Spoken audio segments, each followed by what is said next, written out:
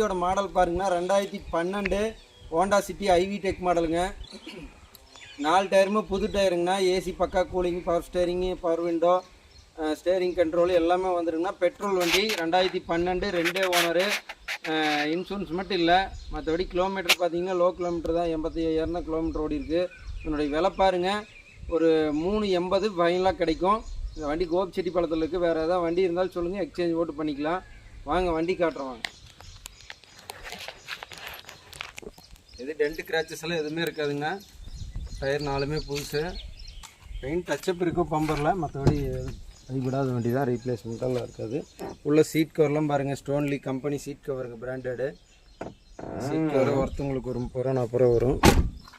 எல்லாமே Sun good film.